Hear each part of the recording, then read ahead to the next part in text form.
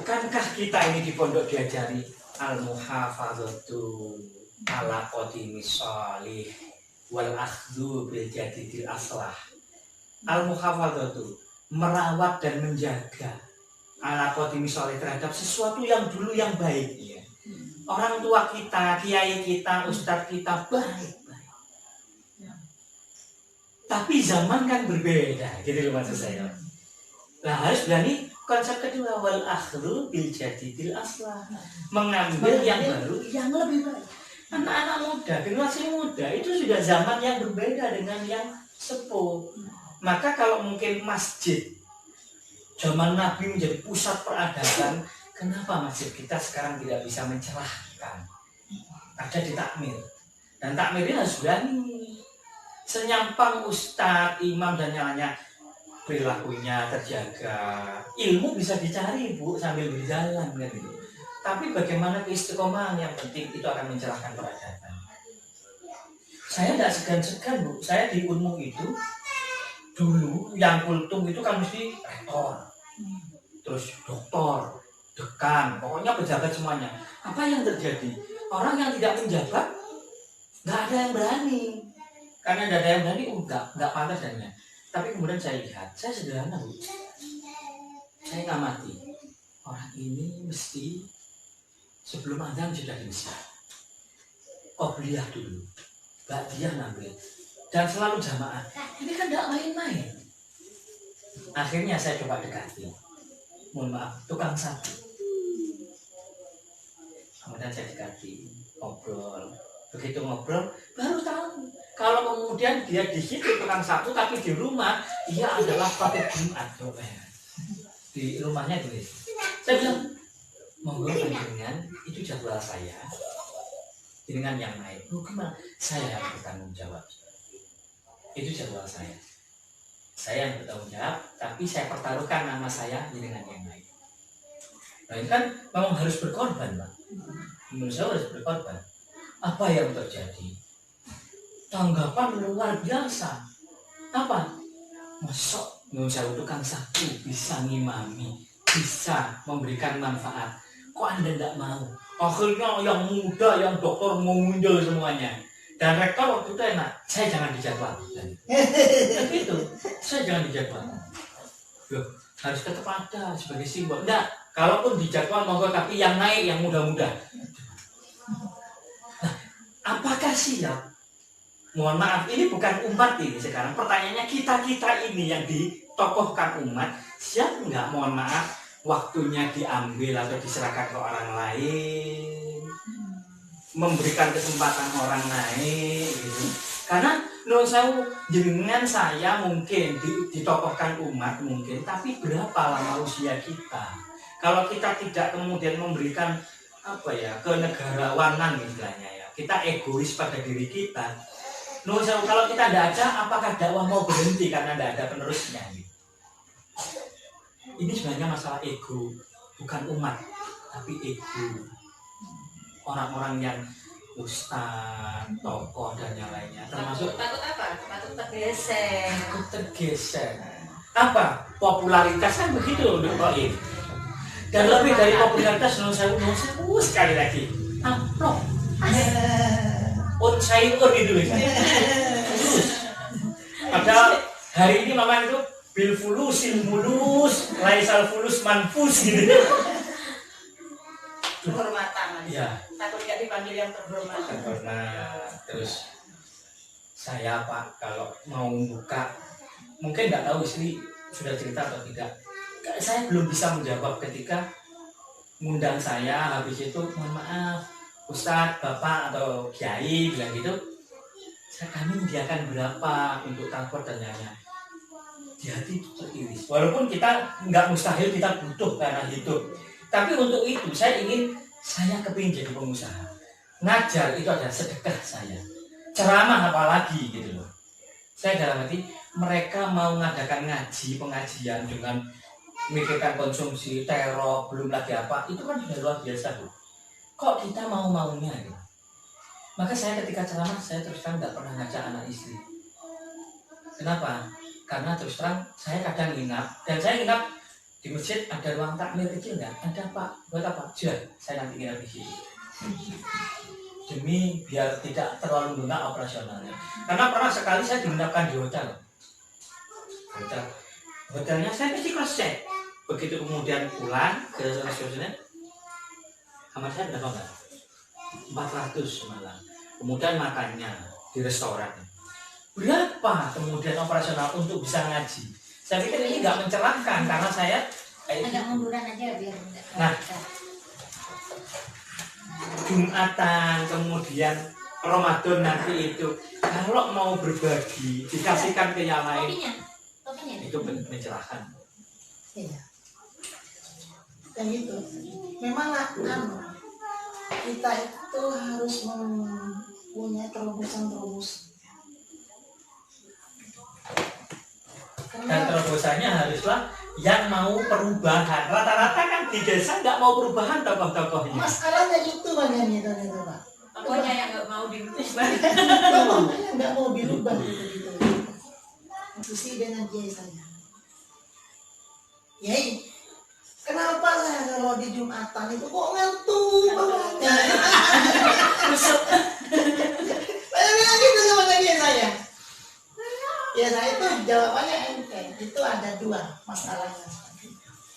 Pertama, karena memang di masjid itu tempatnya orang berzikir. Ala bi dzikrillah tatmainnul qulub. Bahwasanya di dalam kalau orang berzikir itu bisa menenangkan hati. Kemungkinan karena lingkupnya itu lingkup majelis zikir sehingga dapat tenang hati sampai tertidur. Kata kiai saya.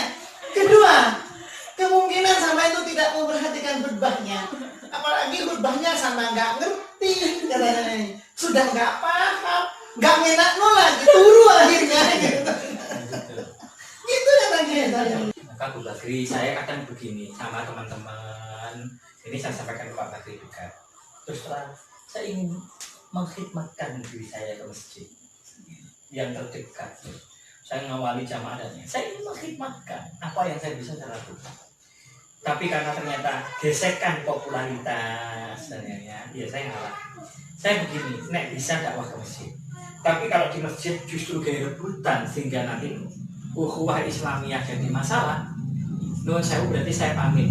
Saya berdakwah tidak di masjid. Lipo Plaza, penjara, tempat-tempat anapan, dinas sosial, dinas kesehatan itu bukan pondok pesantren, bukan masjid. Tapi mereka butuh siraman. Daripada mereka datang ke masjid, mereka ngundang orang masjid. Saya kemudian, nuwun sewu kalau memang tidak diperkenankan untuk membina di masjid, saya pamit. Bukan berarti saya tidak ada apa-apa. Saya tak nyari dakwah lain. Artinya begini, orang di masjid pengajian, misalkan saya jadwalnya, tetapi saya nggak datang atau saya disingkirkan. Orang ini buyar ngajinya apa tetap ngaji? Tetap ngaji, cari ustadz lain. Karena memang niatnya mau ngaji. Tapi menurut saya Pak Bakri, lipo itu, ketika kemudian saya dijadwalkan, ternyata saya nggak bisa tempuh saya ke masjid, milih nggak ngaji. Sungguh, milih nggak ngaji masuk seperti biasa. Kenapa? Karena lipo standarnya begini, yang bicara nanti siapa? Misalkan kalau bukan Ustadz Idris, karena nggak tahu track-recordnya apakah nanti bicaranya itu bisa bermanfaat terhadap perusahaannya. Kalau tidak, tidak boleh tinggal. Maka saya bilang, saya menyelamatkan mereka karena mereka mau ngaji. Nah kemudian mereka mau ngaji nggak ada yang dicocoki, nggak jadi ngaji. Yang di masjid ini sudah niat mau ngaji. Meskipun saya nggak hadir, ada yang lain yang ngaji. Maka saya bilang, nggak usah rebutan lahan masjid dan musola. Yang lainnya banyak.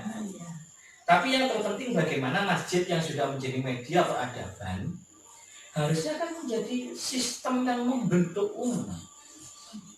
Zaman Nabi Ahli Sufah itu menjadi sahabat-sahabat luar biasa dari masjid, Pak. Tapi Nabi nunggoi. Jadi, lu hari ini yang Masalahnya gini, kebanyakan yang terjadi di desa-desa itu, di pedesaan-pedesaan, masjid-masjid pedesaan, semuanya berebut ingin menjadi tokoh itu gitu. Padahal kalau menurut dalam itu yang pantas menjadi apa ya Pak, yang pas menjadi takmir itu harus memenuhi amanah billah, terus irsyabillah, pas Tuqimus sholat wa atuz zakat.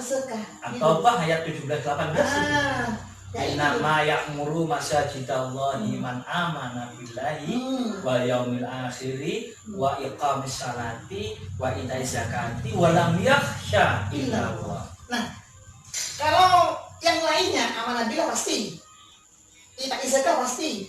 Yang dimaksud wa lam yakhsha illallah ini lah Pak. Nah, siapa yakhsha illallah di sini? Asy'ara. Innama yakhshallah Ini ibadihi ulama. Al-ulama kan gitu. Siapa ulama di sini? Al-ulama itu ada al-ulama warasatul anbiya. Nah, yang dimaksud warasatul anbiya di sini siapa? Yang benar-benar alim. Ulama itu kan jamak dari lafal alimun, kan gitu Pak. Jadi kalau alimun itu punya ilmu, kalau ulama itu yang sangat mempunyai ilmu.